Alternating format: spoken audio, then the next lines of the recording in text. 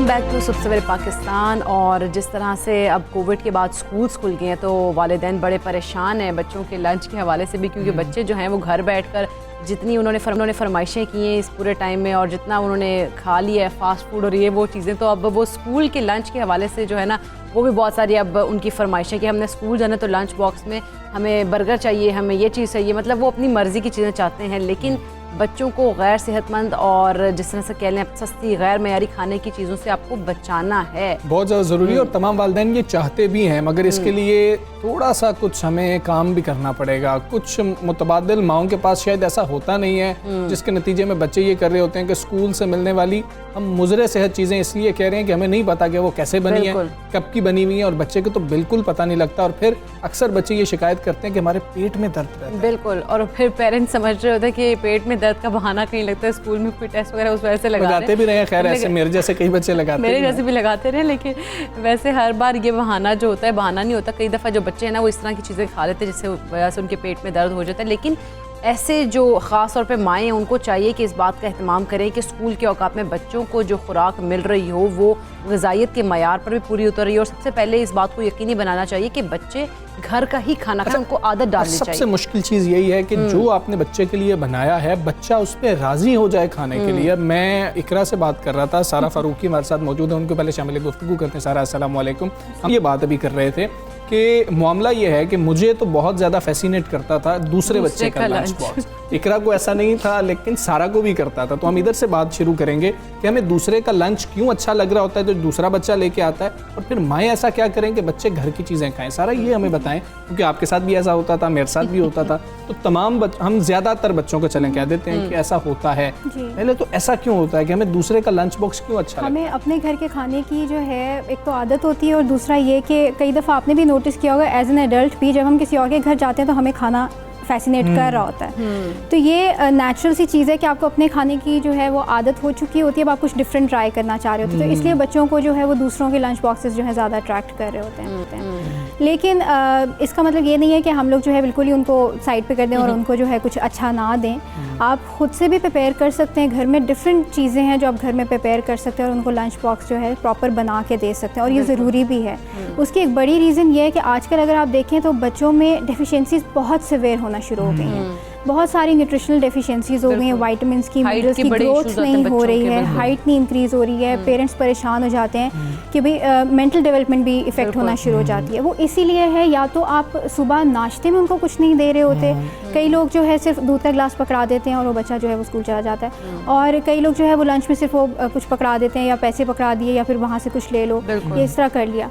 तो उससे अब ये है कि बच्चे की ग्रोथ बहुत ज़्यादा इफेक्ट होती है। यानी कि घर से आते हैं बिगाड़ते हैं जी, पैसे पकड़ लो बाहर से कुछ खा लीजिए, और अपनी आसानी के लिए वैसे हम कर रहे हैं। देखा जाए तो हम लोग ये बच्चों के साथ खुद ही करते हैं, क्योंकि शुरू से ही अगर देखा जाए तो हम बाहर की चीज़ों की उनको आदत डाल देते हैं कि भाई अच्छा ठीक है अपनी मर्ज़ी से जंक फूड ऑर्डर कर लिया, कभी कुछ मंगवा लिया, कभी कुछ मंगवा लिया। अब बच्चे का वो टेस्ट डेवलप हो जाता है। अब वो जितना ज़्यादा उसके अंदर सोडियम है, सॉल्ट है, जितना ज़्यादा उसके अंदर या जितना ज़्यादा शुगरी आइटम्स हैं, वहाँ तक उस हाइट तक उस बच्चे का जिसे कहते हैं टेस्ट डेवलप हो जाता है। अब आप उसे कोई कम शुगरी चीज़ देंगे या कोई कम सॉल्टी चीज़ देंगे वो नहीं लेगा, क्योंकि उसका टेस्ट वहाँ तक डेवलप हो चुका है। लेकिन जिस तरह से सारा हम ये तो हम कर देते हैं, आदतें ख़राब करते हैं, लेकिन पेरेंट्स को खासतौर पर माओं की बात नहीं, क्योंकि माएँ ही सारा कुछ देख रही होती हैं, तो उन माओं को किस तरह से और कितने लेवल से उनको ये स्टार्ट कर देना चाहिए कि घर के खाने की आदत डालें, ताकि स्कूल के लंच बॉक्स में भी घर के खाने को किसी तरीके से प्रेजेंट किया जाए कि वो जो है उनको अट्रैक्ट करे और वो लंच बॉक्स जो है सबसे ज़्यादा ज़रूरी है कि जब बच्चे का वीनिंग प्रोसेस शुरू होता है, यानी जब आप उसे सॉलिड फूड इंट्रोड्यूस करवाते हैं, तभी से आप उसे घर की चीज़ें ही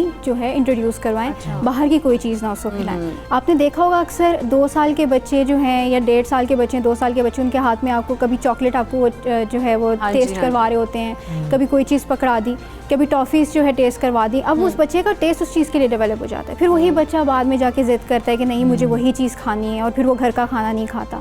फिर इसकी वजह से ये है कि पेरेंट्स परेशान होने लग जाते हैं कि ये कुछ नहीं खाता, तो और फिर जो है वो फिर सेहत भी उसकी ख़राब होना शुरू हो जाती है। बाहर की चीज़ें खा खा के बच्चे की सेहत भी ख़राब होगी, तो न्यूट्रिशनल डेफिशिएंसी। अच्छा सर, अब हम क्या करें कि मसला ये है कि बच्चे ने अगर चलें, अभी तो कोविड डेज़ है ना, आमतौर पे बात करते हैं 5 दिन अगर स्कूल जाना है जी, तो आसानी भी होती है, इसलिए भी हम करते हैं कि 5 दिन सेम एक तरह का लंच है और वो बच्चे को मिलता चला जा रहा है। और इसके अंदर 2 फैक्टर्स हैं।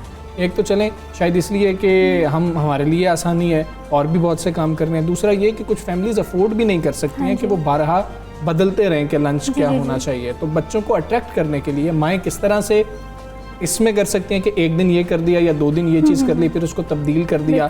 और मैंने आपसे वैसे पूछा था, मैं ऑन एयर भी पूछ लेता हूँ, बर्गर बच्चे खा सकते हैं? क्योंकि बच्चे जिद करते हैं कि हम तो बर्गर खाएंगे लंच के अंदर। बाहर का नहीं खा सकते, एज लॉन्ग एज आप घर में कुछ प्रिपेयर कर रहे हैं, चाहे वो घर का सैंडविच है या बर्गर है, आप घर में बना सकते हैं। कबाब के बर्गर्स बन जाते हैं घर में, इतने टेस्टी बना लेते हैं लोग, तो वो भी आप दे सकते हैं। उसके अंदर आप वेजिटेबल्स ऐड करके दे दें, क्योंकि वेजिटेबल की सर्विंग भी पूरी हो जाएगी, प्रोटीन्स भी मिल जाएगा क्योंकि आपने उसमें कबाब ऐड किया, वो चाहे चिकन का है या किसी मटन का है। और उसके अलावा जो है सीरियल की भी सर्विंग पूरी हो जाएगी क्योंकि आपने वो ब्रेड यूज़ की। अब असल पॉइंट आता है कि क्वालिटी क्या है फूड की, ठीक है? आप क्वालिटी पे कॉम्प्रोमाइज़ नहीं कर सकते। जो भी आप दे रहे हैं घर में, चाहे आप चीज़ बना रहे हैं, अब हम शुरू से बच्चे को वाइट ब्रेड की आदत डाल देते हैं बचपन से ही कि जी वाइट ब्रेड के साथ अंडा खा लिया, चलो उसको उसकी आदत पड़ गई। अब एक एज आने के बाद फिर हमें रियलाइज़ होता है कि नहीं, हमें इसे मल्टीग्रेन ब्रेड देना चाहिए, ऐसे ब्राउन ब्रेड देना चाहिए, वो ज़्यादा बेहतर ऑप्शन है। तो बच्चा उस पर नहीं आता, उसका टेस्ट नहीं है, उसके लिए वो डेवलप नहीं हुआ होता, उसको वो चीज़ पसंद नहीं आती। आप शुरू से ही अगर बच्चे को उसी साइड पे रखें तो वो कभी भी ज़िद नहीं करेगा। ऐसे बहुत सारे बच्चे हैं कि कई पेरेंट्स मैंने देखे हैं कि शुरू से ही बच्चे को इसी तरह की चीज़ों की आदत डालते हैं, मतलब मल्टीग्रेन ब्रेड्स हो गई या फिर जो है होल ग्रेन प्रोडक्ट्स हो गए, उनकी आदत डाली, तो वो बच्चा उसी चीज़ पे रहता है। वो कॉन्स्टेंटली आगे जाके भी वो फिर जिद नहीं करता कि मुझे कुछ डिफरेंट खाना है। ये आपके ऊपर है कि आप उसको उसके साथ किस तरह से डील जो हमने अंदर कहते हैं कि तब्दीली लेके आनी है या हमने बच्चे को मुख्तलिफ ऑप्शंस देनी है, उसके लिए माओं के पास क्या ऑप्शन है? अब देखिए, कई लोग जिनके पास ऑप्शंस नहीं है वो ये कर सकते हैं, जैसे 2 दिन कोई चीज़ रख ली, फिर 2 दिन के बाद कोई और चीज़ चेंज कर ली, ठीक है? लेकिन वही लिमिटेड ऑप्शंस के अंदर रहते हुए आप शेप्स चेंज करके दे सकते हैं। बच्चा इस चीज़ से बहुत अट्रैक्ट होता है। फॉर एग्जांपल आपने सैंडविच बनाया तो आप उसको डिफरेंट शेप्स की फॉर्म में दे सकते हैं, बच्चे इस चीज़ से बहुत अट्रैक्ट होते हैं। आप उसके जो है वो फेसेस बना के दें या जिस तरह से भी आप उसको जो है क्रिएटिविटी के साथ आप उसे बना के दें, तो बच्चा उस चीज़ से फैसिनेट होता है, अट्रैक्ट होता है। तो वो आप 2-3 दिन एक ही सैंडविच देते हैं, उसकी शेप चेंज करते हैं, तो हाँ, शेप चेंज करते रहें आप। जो है अगर फॉर एग्जांपल कभी कभी आप फ्राइज भी दे रहे हैं तो उसकी भी आप जो है शेप कटिंग जो है वो डिफरेंट कर सकते हैं, तो वो बच्चा उससे जो है अट्रैक्ट होना शुरू होगा। सबसे इंपॉर्टेंट चीज़ ये है कि आप जो लंच बॉक्स सेट कर रहे हैं उसमें वो सारी चीज़ें ऑप्शंस हैं या नहीं हैं। वो ऑप्शंस कौन कौन सी? सीरियल्स का आपका सर्विंग होना ज़रूरी है, उसमें आप चाहे ब्रेड यूज़ करें या रोटी यूज़ करें, ठीक है, वो आप यूज़ कर सकते हैं। पास्ता भी आप यूज़ कर सकते हैं, ठीक है। उसके अलावा आपकी प्रोटीन्स की ऑप्शन होनी चाहिए, यानी मटन, बीफ, चिकन, आप कुछ भी ऐड कर सकते हैं उसमें से, ठीक है। और इसके अलावा जो है आपके पास एक साइड डिश होनी चाहिए, जैसे आप नट्स ऐड कर सकते हैं, ठीक है। पॉपकॉर्न के साथ नट्स ऐड करके दे सकते हैं, ठीक है, तो बच्चा वो भी साथ साथ खाता रहेगा, तो हेल्दी फैट्स की भी जो है उसका वो इंटेक साथ साथ होता रहेगा। तो ये कुछ चीज़ें हैं जिसका उसे ध्यान रखने की ज़रूरत है। और अगर ड्रिंक में जैसे आप देना चाहते हैं तो आप दूध भी दे सकते हैं, मिल्क शेक भी दे सकते हैं, फ्रेश जूस भी दे सकते हैं बच्चे को। फ्रेश जो घर का बना हुआ जो आप फ्रूट जूस आप निकालते हैं वो आप दे सकते हैं। तो इस तरह की चीज़ें आप जो है चेंज करके आप उनको दे सकते हैं। तो इससे ये होगा कि बच्चा भी हेल्दी रहेगा, सेटिस्फाइड रहेगा, उसको भी डिफरेंट चीज़ें मिलती रहेंगी और खुश रहेगा, और ये कि न्यूट्रिशनल डेफिशिएंसी नहीं होगी, जो सबसे ज़्यादा इंपॉर्टेंट चीज़ है। अच्छा, आपको ये लगता है कि स्कूल्स के अंदर जो हमारा लंच टाइम होता है, क्योंकि बच्चे ऐसे तो नहीं है, वैसे कुछ बच्चे होते हैं जो क्लास चल रही होती है उनको भूख लग जाती है और वो उसी दौरान खाना शुरू कर देते हैं। वैसे तो हम जब छोटे होते थे हम मजाक उड़ाते थे उन बच्चों का, लेकिन मुझे आहिस्ता आहिस्ता ये फील होना शुरू हो गया कि उन बच्चों को शायद भूख लगती थी, उनकी ज़रूरत उस टाइम पे होती थी, तो वो उस टाइम खाना शुरू कर देते थे। हमें लगता था कि ये क्या है, ये तो भूखा है, ये तो खाता ही रहता है। हमसे जो सबसे बड़ी गलती होती है, हम हर बच्चे को सेम ट्रीट करते हैं। हमें लगता है कि सारे बच्चों का जो है माइंड एक जैसा चलता है, उनका जो है अंदर का जिसे कहते हैं कि मेटाबॉलिज्म एक जैसा है, हालांकि ऐसा नहीं है। हर बच्चे का मेटाबॉलिज्म डिफरेंट है, हर बच्चे की भूख डिफरेंट है। कोई बच्चे होते हैं कि हर घंटे के बाद उनको कुछ खाने को चाहिए होता है, ठीक है, और कुछ बच्चे होते हैं कि वो अगर 3-3 घंटे भी ना खाएं तो उनको इतना इशू नहीं होता। तो आपने जो है अपने बेटा बेटी का ये देखना है कि भाई उसको कितनी रिक्वायरमेंट है या उसकी भूख किस तरह की है, ताकि आप उसी तरह से उसको जो है वो फीड करें।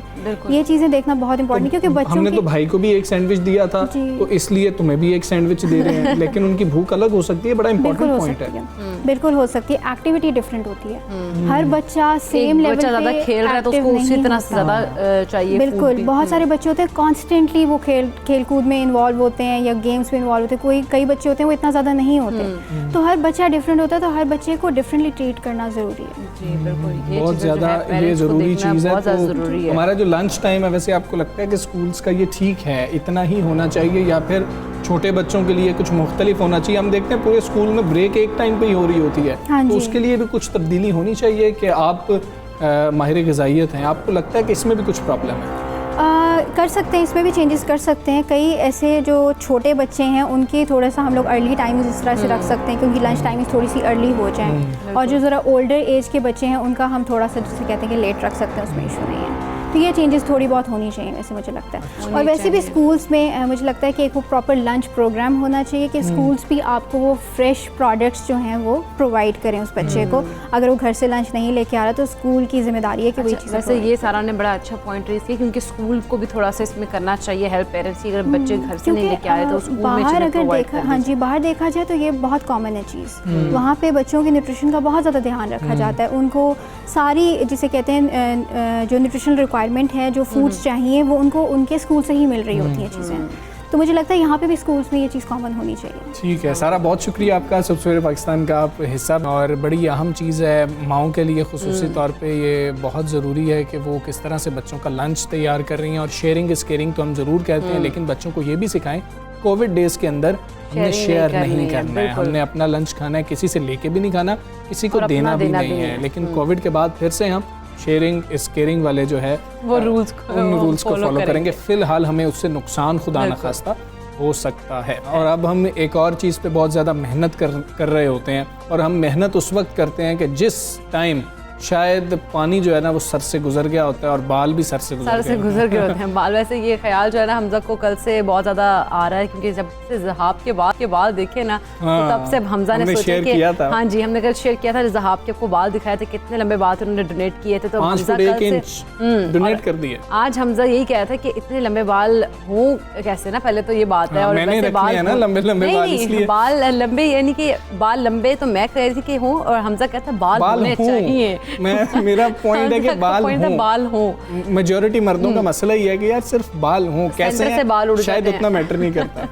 बिल्कुल। अच्छा जी, मुआशरे में अगर हम देखें वैसे भी जो है ना लंबे और घने बाल जो वो खूबसूरती के लामा समझे जाते हैं ख़वातीन में, और मर्दों की अगर बात की जाए तो उनके भी अगर बाल गिरने लग जाए तो वो उन्हें किसी भी डरावने ख्वाब से ज़्यादा नहीं लगता कि यार उनके बाल चले गए। और ऐसे ही है, अब हमने ये देखना है कि वजूहात क्या हैं कि बाल गिरना क्यों शुरू हो जाते हैं, फिर हम क्या बहुत देर कर देते हैं, और जिस वक्त मामला बिल्कुल ख़राब हो गया होता है हम उस वक्त किसी डॉक्टर के पास जा रहे होते हैं, किसी माहिर के पास जा रहे होते हैं। किस तरह से हम रोक सकते हैं जिस वक्त हमें पता लगे कि हमारे बाल गिरना शुरू हो गए हैं, और अगर बाल गिर गए हैं उसके बाद ऑप्शंस क्या रह जाते हैं, ये हमने आज इसको जानने की कोशिश की। बिल्कुल, और हमने ये जानने के लिए आज बुलाया सहरिश जावेद को, कॉस्मेटोलॉजिस्ट हैं। अस्सलाम वालेकुम। मॉर्निंग सहरिश, सबसे पहले तो बताएं आप हमें कि एक तो आपके बाल तो बड़े खूबसूरत हैं, हमें लग रहा है कि आप अपनी बहुत मेहनत करती होंगी। जो लोग आपको देख रहे हैं, और बहुत सारे लोग ऐसे हैं जिनके सर पे बाल एक तो चले गए हैं, है ही नहीं, वापसी का कोई रास्ता है, या फिर जिस तरह से जो चले जाते हैं रीजंस क्या होती हैं कि उनके बाल गिर जाते हैं?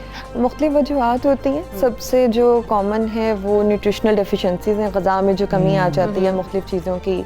क्रैश डाइट की वजह से कीटो डाइट बड़ी फेमस चल रही है, और वो वक्ती तौर के फ़ायदे के लिए जो है वो लॉन्ग टर्म नुकसान लोगों पे आ जाता है। इसके अलावा जेनेटिक्स होते हैं, जो विरासत में चीज़ें मिलती हैं, जैसे लोपेशिया है, उसकी टाइप है लोपेशिया एरिएटा।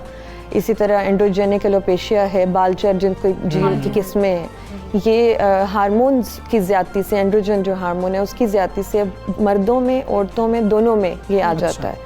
और इसके अलावा बॉडी पे किसी किस्म का जो है वो स्ट्रेस आए, जिस्मानी हो या जहनी दबाव आए, उसकी वजह से ये चीज़ें आ जाती हैं। फिर ओवरऑल आपकी डाइट में डेफिशिएंसीज जो होती हैं उसकी वजह से, तो मुख्तलिफ वजूहात हैं। इनका सबका ट्रीटमेंट भी अवेलेबल है, और हर तरह से जो है वो माइल्ड ट्रीटमेंट से लेकर प्रोसीजर्स तक हर चीज़ अवेलेबल है। बिल्कुल, आपने हाँ बोला था जब इकरा ने आपसे कहा था ना क्या बाल चले जाने के बाद वापस आ सकते हैं, आपने जो हाँ बोला था उसमें मेरा ख्याल है कि मेरा तो बहुत इंटरेस्ट है, बाकी लोगों का ही बहुत होगा। उस हाँ को थोड़ा सा जो है ना मज़ीद एक्सप्लेन करें। उस हाँ का मतलब ये है कि हम स्टेप बाय स्टेप लेके जा सकते हैं। जो हम लोग, यानी कि मैं सर्विस प्रोवाइड कर रही हूँ, हमारे सेट प्रोवाइड हो रही हैं, हम लोग इन्वेजिव सर्विसेज की तरफ नहीं जा रहे, जैसे सर्जरीज होती हैं, और लोग उससे डरते भी बहुत ज़्यादा हैं। उसकी जगह आपको सबसे पहले जो है वो खाने की चीज़ें, यानी कि आपकी एक बैलेंस डाइट आपको दी जाए। उसके अलावा खाने के लिए वो वाली चीज़ें दी जाएँ जो आपके बालों को वापस लाने में, जो ऑलरेडी आपके बाल मौजूद हैं उनको मज़ीद घना और मजबूत करने में काम करें। इसके अलावा ये खाने के अलावा लगाने वाली चीज़ें दी जाती हैं। 3 से 4 माह लगते हैं और बाल जो है ना सिर्फ ये कि गिरना बंद हो जाते हैं, उनकी थिकनेस बढ़ना शुरू हो जाती है, बल्कि बालों की रीग्रोथ स्टार्ट हो जाती है। इसके साथ अगर आप फर्दर जो है आगे जाएं कि आपने कोई प्रोसीजर कराने हैं तो उसमें हम 3 ऑप्शंस वो भी प्रोवाइड कर रहे हैं। और वो ऐसे प्रोसीजर हैं कि ना कोई तकलीफ़ है उसके अंदर, ना कोई डाउन टाइम है। लोग आते हैं, खुद ड्राइव करके आते हैं, खुद ड्राइव करके वापस चले जाते हैं। उसमें हम लोग स्टेम सेल थेरेपी जो है वो दे रहे हैं, वो बहुत ज़्यादा आजकल एडवांस एक चीज़ आ चुकी हुई है। फिर PRP लोग बड़े वाकिफ़ हैं प्लेटलेट रिच प्लाज्मा से, उसमें भी अब एडवांस टेक्नोलॉजी आ चुकी हुई है। जितनी टेक्नोलॉजीज है सहरिश, आप ये बताइएगा कि ये सेफ होती हैं सारी? ये बिल्कुल सेफ है। लोग बहुत ज़्यादा होते हैं, डरते भी हैं कि पता नहीं है हम कराएंगे कोई मसला ना हो जाए या फिर ये वक्ती तौर पर ना हो। जो चीज़ें हैं इनकी, अब देखें अगर आपने ट्रीटमेंट कराया और आगे आपने फिर वही चीज़ें स्टार्ट कर दी, कोई ग़िज़ा में कमी आ गई है, कोई स्ट्रेस आ गया, कोई ऐसे फैक्टर आ गए हैं, तो वो एस्थेटिक्स के प्रोसीजर हैं। इसमें मेंटेनेंस तो आपको कहीं ना कहीं चाहिए। फिर ये कि आप किससे करवा रहे हैं, क्या चीज़ें इस्तेमाल हो रही हैं। अब जो आपके, अब जैसे मैं ये PRF के बारे में आपको बताने लगी थी, PRP से भी ज़्यादा एडवांस्ड है उसमें। और फिर एक हम लोग और मेसोथेरेपी दे रहे हैं, स्काल्प मेसोथेरेपी। इसमें सीरम्स के कॉकटेल्स हैं। अब वो जो चीज़ें आपके सर में इंजेक्ट की जा रही हैं उनका सोर्स क्या है, करने वाले को वो चीज़ आती है कि नहीं आती है, ये सारी चीज़ें जो हैं वो इसीलिए हमेशा क्वालिफाइड किसी बंदे ये तो के वो पास लोग जाए। हैं कि जिनको मसाइल बढ़ गए हैं और फिर वो आ रहे हैं आपके पास। हाँ जी। कुछ वो लोग हैं कि उनको पता कैसे लगे कि ये वो टाइम है कि अगर अभी मैंने कुछ करना शुरू कर दिया तो बाल इधर ही गिरना बंद हो जाएंगे, जिनका भी स्टार्ट होता है और स्टार्ट में ही हम ध्यान नहीं देते हैं, उनके लिए आप क्या कहेंगे? उनको वही जिस वक्त अलामतें स्टार्ट होती हैं, या ये भी देख के कि जी हमारी एक विरासत में चीज़ें चलती हुई आ रही हैं, तो उसमें पहले से ही उसमें लोगों को जो है ना कोशिश करना स्टार्ट कर देनी चाहिए। वही होता है कि एक दिन गुजर गया, हफ्ता महीना गुजर गया, आहिस्ता आहिस्ता मसला इतना होता जाता है, फिर इधर उधर से भी प्रेशर आता है। एक दफ़ा चले गए, जैसे मर्दों में है, एक दफ़ा बाल चले गए, अब तो चले गए। हाँ जी, ठीक है। तो फिर वो भी देख रहे होते हैं अपने पिछली जनरेशन में भी कि जी एक दफ़ा हेयर लाइन पीछे जा चुकी है तो उसके ऊपर ज़्यादा कोई वर्किंग की नहीं गई है। तो अवेयरनेस, सबसे पहले लोगों में अवेयरनेस आएगी, शऊर आएगा, उसके बाद लोग इस पे काम करना शुरू करेंगे। अच्छा, शैम्पू का रोल कितना इम्पोर्टेंट है? क्योंकि कल ज़हब हमारे साथ थी, जिस तरह से इकरा भी बात कर रही हैं, उन्होंने कहा उन्होंने 5 फुट 1 इंच मतलब इतने बाल उन्होंने अतिया कर दिए हैं। तो वो ये कह रही हैं कि आपको अपना शैम्पू बार बार तब्दील नहीं करना चाहिए, जो हम हर महीने चेंज कर लेते हैं, यार ये भी ट्राई कर लेते हैं। इस पे आप क्या कहेंगी, माहिराना राय क्या देंगी? जिल्द के लिए, सर के लिए, उनके सर में भी जो स्काल्प है वो सबसे ज़्यादा इम्पॉर्टेंट है, जो जिल्द है हमारी। रूट्स के लिए ये चीज़ें वाकई में ये बिल्कुल ठीक बात है कि हर चीज़ चेंज नहीं करनी चाहिए, और ये भी इस चीज़ को भी देखना चाहिए क्या चीज़ आपको सूट कर रही है। ठीक है। अब जैसे बाल अगर गिर रहे हैं तो हम लोग सजेस्ट करते हैं कि जिंक जिसके अंदर एनरिच्ड हो, आप वो शैम्पू इस्तेमाल करें। तो ये चीज़ मैटर करती है। फिर सिर्फ शैम्पू नहीं, आपके बाकी फैक्टर भी, आप ऑयलिंग कर रहे हैं कि नहीं कर रहे हैं। एक और हमारा कॉन्सेप्ट है, हम रात को ऑयल लगा के सो जाते हैं, वो सबसे ज़्यादा नुकसानदेह होता है आपके स्काल्प के लिए, आपकी जड़ों को कमज़ोर करता है। और कितने टाइम के लिए लगाना चाहिए? आधे घंटे से लेकर मैक्सिमम 2 घंटे तक आप और लगाएं भी स्काल्प में, यानी कि पूरे आप बालों में जो है वो ऐसे रगड़ रगड़ के मालिश करें, स्काल्प में मसाज करें, 2 घंटे के बाद। बचपन से जो सुन रखा था वो गलत था। हाँ जी। अच्छा सहरिश, एक और बात आपने की थी कि खाने के थ्रू जो है हम बालों को ठीक कर सकते हैं, वो कौन से खाने हैं जिनको खाकर हम लोग अपने बालों को ठीक कर सकते हैं? खाने से मुराद ये कि जैसे प्रोटीन्स का इंटेक अपनी डाइट में रखें, अंडों में, गोश्त में, नट्स में वो चीज़ें मौजूद होती हैं। प्रोटीन के अलावा सप्लीमेंट्स, क्योंकि खुराक से हम हर चीज़ जो है वो नहीं उतनी क्वांटिटी में ले सकते जो हमारी जिस्म को ज़रूरत है जिसकी, उसमें मल्टी वाइटामिन आपके आगे, जिंक आ गया, ये सारी चीज़ें, लेकिन किसी से पूछ के, इंटरनेट पे सिर्फ देख के नहीं, और खुद से नहीं। कोई आपका बहन भाई करता है तो उसी को फॉलो ना कर ले।